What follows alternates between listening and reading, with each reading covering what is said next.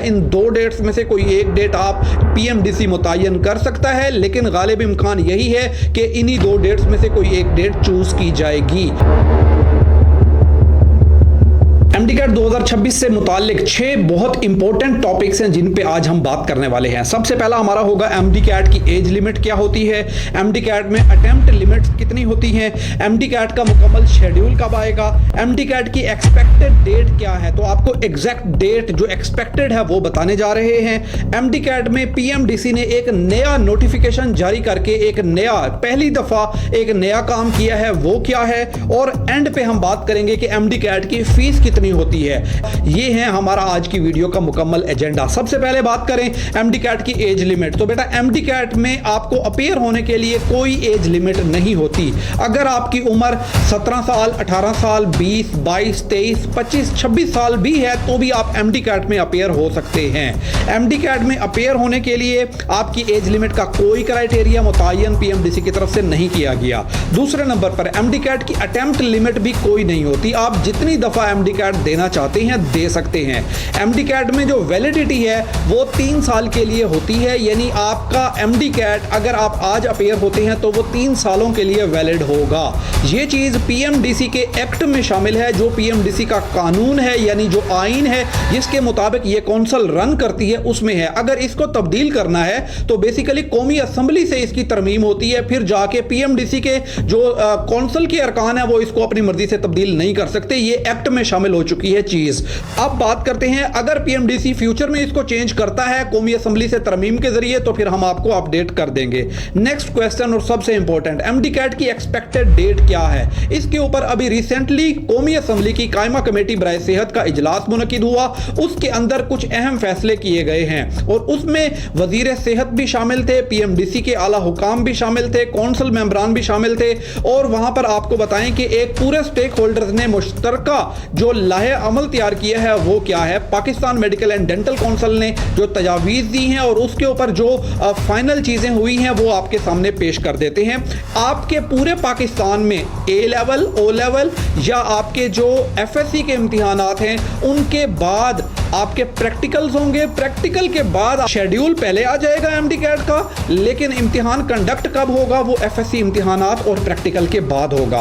अब ए लेवल की अगर हम बात करें तो अभी जून के महीने में वो कंप्लीट हो जाएंगे। एफएससी इम्तिहान हर सूबे में अलग अलग होते हैं, केपीके में मई में कंप्लीट हो जाएंगे। इसी तरह अगर हम बात करें सिंध के अंदर तो वो भी जल्दी कंप्लीट हो जाती हैं, लेकिन पंजाब में ये इम्तिहान लेट खत्म होते हैं। अब आखिरी जो पेपर है ओवरऑल पूरे पाकिस्तान के तमाम सूबों में जो प्रैक्टिकल है वो 20 जुलाई को आखिरी होने जा रहा है। तो 20 जुलाई के बाद ये एमडीकैट कंडक्ट होगा। इसके लिए जो एक्सपेक्टेड डेट्स हैं वो मैं आपके सामने शेयर कर देता हूं।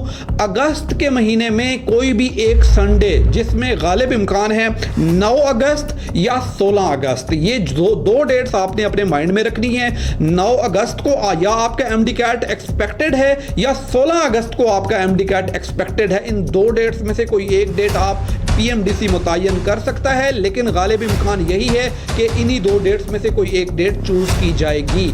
आपने अपनी तैयारी को इस तरह से करना है कि आपकी तैयारी जुलाई के मिड तक कंप्लीट हो जानी चाहिए। अगर घर बैठे ऑनलाइन एमडीकैट की तैयारी करना चाह रहे हैं तो पाकिस्तान की सबसे बड़ी वेबसाइट mdcatmentor.org, गूगल पे जाके अभी सर्च करें एमडीकैट मेंटोर, वहां पे ऑनलाइन अपनी एमडीकैट की तैयारी करें।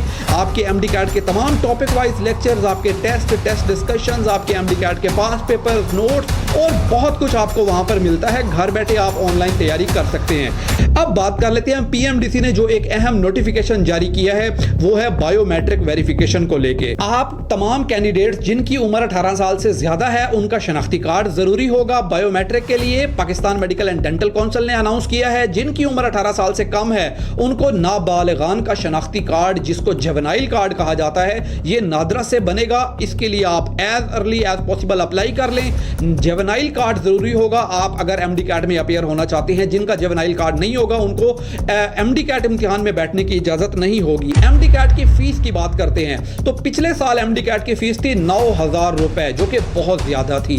इसमें पीएमडीसी अगर तो इसको इंक्रीज करती है तो ये 10,000 हो जाएगी, लेकिन अगर इसको मेंटेन रखती है तो ये फीस 9,000 होगी, जो कि हम समझते हैं कि गरीब और नादार तलबा और मुस्तहिक तलबा के लिए, मिडिल क्लास फैमिलीज के लिए ये फीस अफोर्ड करना बहुत मुश्किल है। अगर एक घर में 2 बच्चे एमडी कैट दे रहे हैं, उनका जो फाइनेंशियल साइकिल है वो डिस्टर्ब हो जाता है। 18,000 फीस कैसे पे की जाएगी? तलबा की तरफ से एक शदीद मुतालबा है कि इस फीस को कम किया जाए, जो कि माजी में अगर हम देखें तो ये 1,000 या 1,500 तक फीस होती थी, और एक इम्तिहान को कंडक्ट करने के लिए मैक्सिमम जो आपके अखराजात आते हैं वो 1,000 के अंदर इजीली कवर हो जाते हैं। तो Pakistan medical and dental council को एमडी कैट फीस के हवाले से नजरसानी जरूर करनी चाहिए। ये 9,000 फीस एमडी कैट की बहुत ज्यादा है, इसके अंदर कमी होनी चाहिए। Pakistan medical and dental council को इस पर लाजमी रिव्यू करना चाहिए। पाकिस्तान में स्टूडेंट्स जो मेडिकल की तालीम हासिल करते हैं, बहुत से स्टूडेंट इस वजह से रह जाते हैं कि वो ये एंट्री टेस्ट की फीस अफोर्ड नहीं कर पाते हैं। तो उम्मीद करते हैं ये वीडियो आपके लिए बड़ी हेल्पफुल होगी। वीडियो को शेयर कीजिएगा दोस्तों के साथ। मिलेंगे नेक्स्ट वीडियो में, तब तक के लिए इजाजत, खुदा हाफिज।